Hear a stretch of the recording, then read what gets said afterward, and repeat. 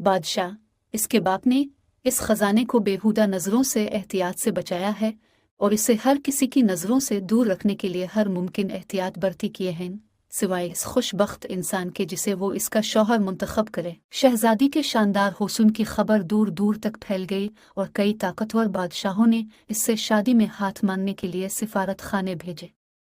बादशाह ने हमेशा इन सिफारत खानों को खुश असलूबी से कबूल किया है। आखिरकार एक बादशाह की तरफ से सिफारत खाना आया जो इतना अमीर और ताकतवर था कि चीन का बादशाह खुद को रोक नहीं सका।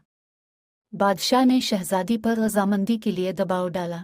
दर हकीकत इसने इस पर इस कदर मुसलसल दबाव डाला कि शहजादी अपना गुस्सा खो बैठी और अपने वालिद की इज्जत को बिल्कुल भूल गए।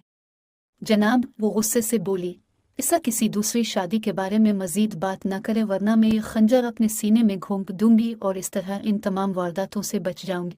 चीन के बादशाह को अपनी बेटी पर सख्त गुस्सा आया और उसने जवाब दिया, तुम अपने होशो हवास खो चुकी हो और तुम्हारे साथ इसके मुताबिक सलूक किया जाए। चुनांचे इसने इसे अपने महलात में से एक कमरों के एक सीट में बंद कर